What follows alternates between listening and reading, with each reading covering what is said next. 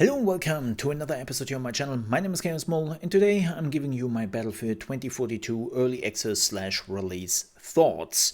Now I know that some people are not really a fan of long videos because attention spans are a problem nowadays. So let me give you the answer straight at the beginning. Should you buy this game in early access? TLDR, no, don't. Should you buy this game on release when it comes out next week? TLDR, probably not. And why do I say probably? Well, it really depends on which game mode you are playing, what you expect, and if you were used to the, how I call it, Battlefield releases. I am, because I've been playing Battlefield for decades now, and I'm pretty much used to the first release month.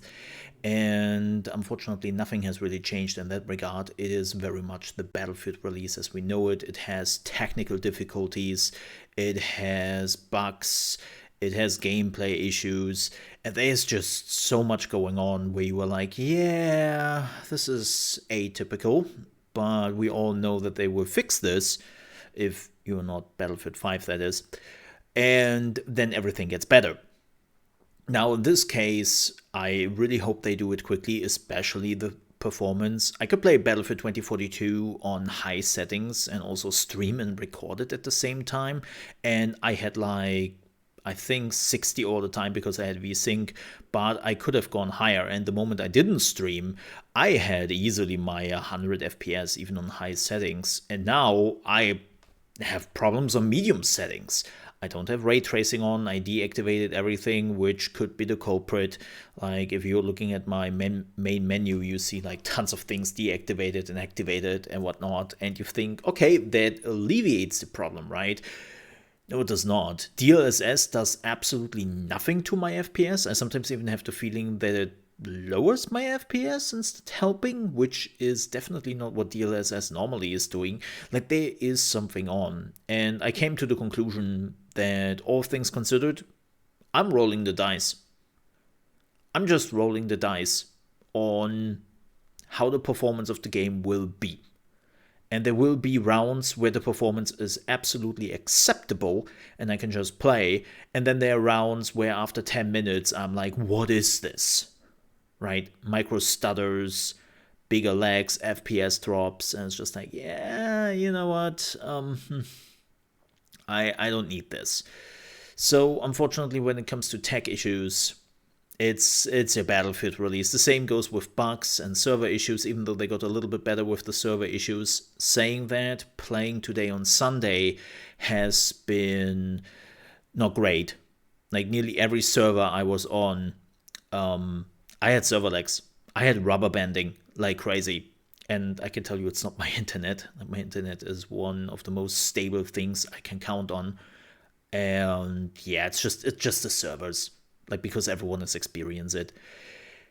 And that sucks.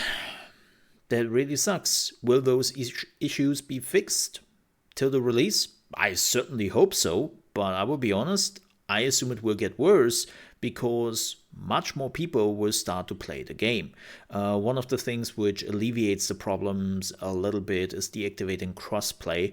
As I know, I made a video about it and people are like 50-50 on it. Like for some people it does something, for other people it does nothing, and then they call you a liar. Thanks, by the way, for that.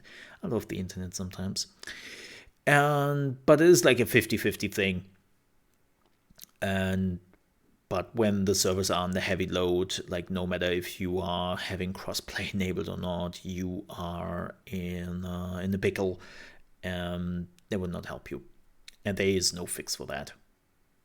But the big question is, okay, well, tech issues aside, how's the game? How's the gameplay? It depends which mode you are playing, I would say. The mode I have the biggest problems with is the mode you are seeing right here. That's All Out Warfare, which is Conquest and Breakthrough. And this is where I have like the biggest problems with bugs, balance, and it just doesn't feel quite right. Then we have Hazard Zone, which is made by Criterion, and it's not my mode. And to be honest, I think for most people, It will not be their mode. It is not a BR mode. It is not an Escape from Tarkov. It's a mix of all of those. It has also a little bit of Hunt Showdown in it. But you are going in, and then you are like with your team, you're trying to extract as many data drives as possible, and your chance of dying is very high in this game because you have 2 extractions and you have to catch one of the 2, and everyone is going to the same extractions, so there are big firefights happening. And as I said, you dying in that firefight is relatively high if you're not winning, and if you cannot catch the second right, you are dead. It's as simple as that. Where when you are looking at Hunt Showdown or even Escape from Tarkov, you can escape without dying, right? You can totally do that. You can escape even without having a firefight. Totally happens. This game, not at all. It's very much the BR mode kicking in, where you then have to fight. And the more I'm watching Hazard Zone, the more I'm playing Hazard Zone, is pretty simple to what this mode was made for, or whom that mode was made for. It was made for teams, for friends who are playing together, who are sitting in a Discord, TeamSpeak, or whatever, and communicate with each other. It was made for content creators, or it was made for esports. And that's pretty much what they're aiming for here. I mean, this is not new news to you that good old EA and DICE have been trying to put esports on Battlefield for years now. They even had like this, what was it, the 5-on-5 mode in Battlefield 1. I think it never released. I think they announced it, but then they never released it. Or if it released, nobody remembers. So they definitely tried for ages now to make Battlefield that esports experience. And I think that's what Hazard Zone is aiming at, to bring that esports experience to Battlefield. And by the way, if you were seeing here that the FPS are not always like looking great, like it feels a little bit slowed down and whatnot, that's what I meant. Like I just have a moment where it feels weird. It absolutely feels weird, and I have to get an FPS counter in to get some exact numbers. But yeah, there are too many moments where it just feels very weird. But back to the gameplay. And then we have the third mode, which is Battlefield Portal mode. And my God, why is it that DICE LA, or Ripple Effect, as they are being called now, is doing the good thing? What is it that every time DICE is releasing a new Battlefield game, it is not in the best state, and Ripple Effect is coming in and it's like, yeah, we are fixing that for you. Let us do the work. And they have made Battlefield Portal, and it's just the best experience. Like even the performance is actually pretty good in those game modes, and I'm like, well, how is that possible? But it's like from a pure gameplay perspective, Portal mode is basically the mode you would expect, more or less. Like you have your browser, right? You have a browser going on. You can create your own games, and you can completely change them up in what you want.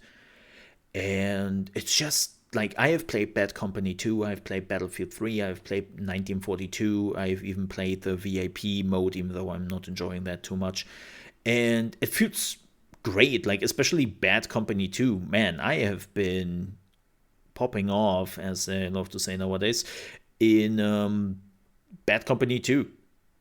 Like 42 kills and assists, like always helping the team. Like Bad Company 2 is going really well for me, and it reminds me again why I love Bad Company 2 so much, because I was actually okay with, because it had relatively long kill times, and that's where I'm good at, right? I'm not the dude who is super fast reflexes, and whoever has the first shot, whoever has the first aim will win that duel. I'm not that person. I'm more the tactical guy. I'm trying to position myself. I'm trying to look for the drop.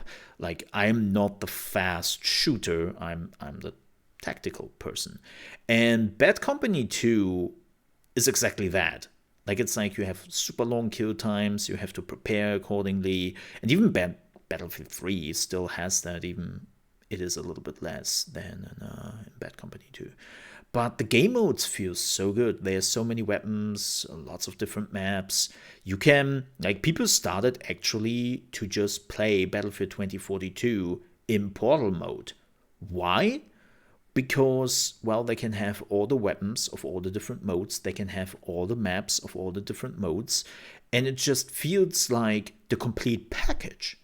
Battlefield Portal mode feels like the game where everything is just there. It feels like the complete game. And when you are playing Battlefield 2042, it feels a bit lackluster sometimes. It feels a bit lackluster. Yeah. But let's talk about Battlefield 2042 and the all-out warfare experience classes, or specialists, operators, whatever you want to call them. I know they are called specialists. And the specialists are like very unbalanced right now. Like, you can clearly see which specialists are being played the most, and some others which never get touched. Like, I think the one which is played the most right now is Sundance, which is the woman with the wingsuit, and she has those crazy grenades, like homing grenades, EMP grenades, cluster grenades, you name it, she has the grenades. And then she's also super mobile because you can use the wingsuit with not a lot of gravity. Like, she definitely defines gravity. Like, you could basically climb on one of those barrels you see here and jump off and then just use the wingsuit. And you would fly quite a bit with the wingsuit, and it's like, wait, what? She is super mobile, and it's a bit too much sometimes. There's also no fall damage, so yeah, you can go ham. I think the second most character I see running around is Falk, which is the medic, because everyone wants to heal them. And then the character I'm playing right now is Angel, which is like the second medic, but he is not giving you health but armor, and you can also replenish ammunition. And you can even replenish, you see that right here. I'm trying to go at the redeploy box, and I get my rockets back. You get back everything there. So yeah. I'm trying, by the way, right now to switch my rocket launcher from the recoilless to the Stinger rocket, and realizing that doesn't work. But Angel is also a character I see quite a bit on the battlefield. But when it comes to the other characters, especially Casper, I mean, I've said it before the release, but Casper just feels like non-existent. So yeah, with the specialists, there are definitely some specialists which are very strong right now, and people are utilizing that. So make of it what you will. But let's also talk about the maps and the weapons. So I have now played all the maps multiple times, and it is amazing to me how DICE literally manages, at least in my book, every single beta to showcase the most uninteresting map which is there you can choose from. Every single time. Like, I've now played the other maps, and they are all pretty fun. I really enjoyed them because they're different. Like, you were seeing the one here right now. And, like, yes, you have this close quarter combat fighting, and it's all, like, very up close. But they had, like, tons of corners you have to cover. And then there's also this open area in the middle. And it's one of the smaller maps, but it feels very convoluted because of all the corners. And yeah, the more I'm thinking about Orbital, which is the beta map, the more I come to the conclusion that every map would have been better than Orbital, I believe. And it's a bit weird that they choose Orbital again. But I enjoy the maps. I think they're good. They also feel kind of balanced. which is not always the case in Battlefield games. Like you sometimes have those moments where you feel like a side has like a specific advantage over the other. And this time I never really had the feeling. Yeah. Weapons, wow. Weapons, where to start? You have only 21 weapons. 18 are main weapons and 3 are the pistols, where one of the pistol is an assault rifle. I'm actually using that sometimes. It's an assault rifle pistol. It's fascinating. But yeah, you don't really have like a lot of weapons, and if you're seeing me lagging here and rubber banding, it's the server which is dying right now. That's unfortunate thing. Like sometimes I don't know if it is my performance or if it is the server which is giving out. And so if you're wondering like, man, your performance here is sometimes shit. Yeah, it's the server which is also dying. So that's not fun. But going back to the weapons, I think the M5, which is like the first assault rifle you were getting, is one of the best weapons you can unlock in the game. And you immediately have that. Like the M5 is so good. Till you are getting the weapon I'm using right now. This is the PP28, 29? I always forget which of the two it is. And this is an SMG. I know it looks a bit like an assault rifle, but this is categorized as an SMG. And man, that thing is good. Especially in hands of people who know how to play. I don't. I'm not good at shooters. But it's like that thing changed my mind. Like I was a little bit frustrated with the weapons which were available to me, and I'm certainly somebody who needs to find the right weapon to make it work. I'm that kind of person. And before I got this weapon, I was super frustrated. Like super duper frustrated that I just didn't feel the weapons which are available to me. And then I got this weapon, and I'm just started to actually kill people and perform well. Yes, you still have to unlock all the gadgets yourself, so you were starting with a manufacturing weapon, and then you have to basically unlock the rest of it, which is kind of problematic. Like the LMG at the beginning has like absolutely crazy muzzle flashes, and only with iron sights is really tough to shoot. And the moment you are getting the muzzle flash or the muzzle flash hider, or the break, is it the break? I think it's the break. And you are getting also the scope, like the LMG becomes really good. Like it is crazy how much the difference of an attachment does in this game. And I know, as a Battlefield player, you will say, duh, of course, Mo. But yeah, it's just so many balance issues with like some of the attachments and weapons in the game. And then there's also bullet divergence, apparently, in the game, where your bullets are just, fly all over the screen, and it's like random.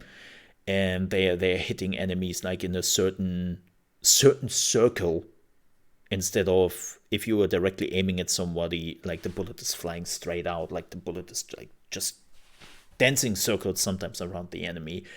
And it's super annoying to watch that. So yeah, they have a long way to go with the balance for the classes and the weapons, that's for sure. Well, how are the vehicles? How we all believed that the Nightbird is like the worst vehicle in the beta. That little chopper. And everyone was like, oh my god, it's the worst. Oh, well, I hope you're prepared. Because there's actually a vehicle which is much worse than the chopper. Yeah, it's the hovercraft. Yeah, they have a hovercraft in this game. And that thing is just bonkers. It defines reality. It defines everything. Like, it's you can use it on every area in the game, like if it is a flat ground area, if it is like a mountainous area, or you can go straight up buildings with it. No, I kid you not. You can actually do that. And you might say, well, okay, it's a speedy vehicle, so it probably is losing out on armor, firepower. Not to my knowledge. You need 3 rockets at least to destroy the hovercraft, and that is a lot. Plus, the hovercraft has a minigun, a rocket launcher, or a 40mm grenade launcher. And it's like, so it's basically an APC with insane speed and can utilize every terrain. Cool. Yeah, that's cool. I took a screenshot yesterday, I kid you not, where my team had like 5 hovercrafts on one spot because everyone was just spawning those because they are so strong. And it's like, they're just the worst. They're just the worst. But with all that said, I think the base is there. When this game gets some love, when it gets some fixes, then this game could be actually a lot of fun. Like the first thing they have to fix is the performance. It's kind of weird that neither NVIDIA nor AMD have like drivers ready for the Battlefield. That's rare. That's rare. But it's just, if this game gets some more love,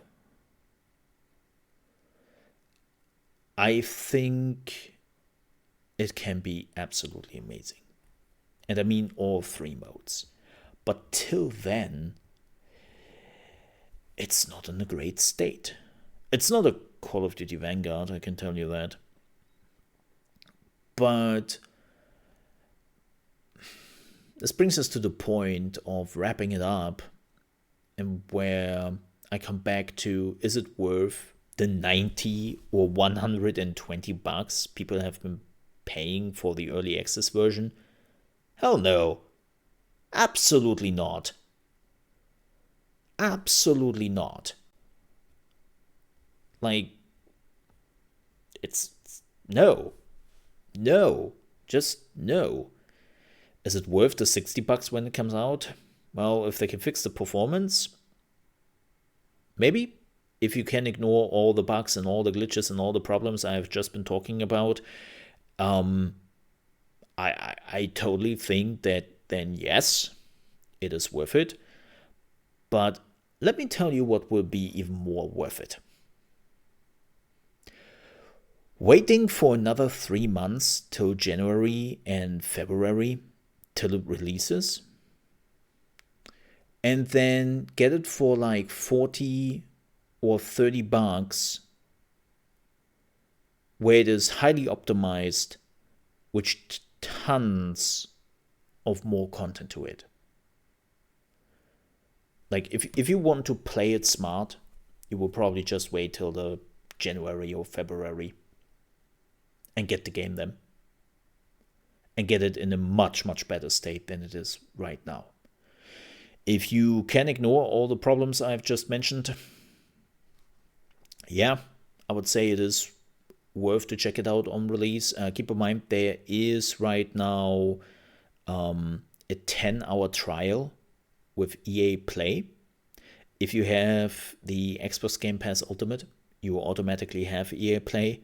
And if not, EA Play is, I think, $3 or $4. So you might want to give that a go, because 10 hours should give you a feeling for the game, and if you have performance issues or not. And then you can make the decision for yourself. But those are my thoughts right now for the Battlefield 2042 release, or early access phase, and releases next week. But I don't think too much will change till then. And yeah, we are done for today. Thank you so much for watching. I hope you enjoyed the video. If you did, please don't forget to leave a like.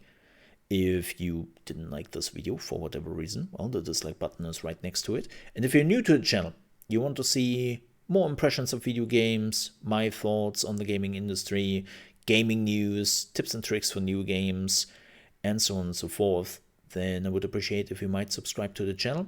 It would help me out a big deal. And if you ever want to catch me live, you can do so from Monday to Friday at 9 a.m. ET, which is 2 p.m. UK time and 3 p.m. Central European time at trovo.live/ChaosMole. And thank you so much for watching. I hope I see you next time. And more importantly, stay safe. Bye-bye.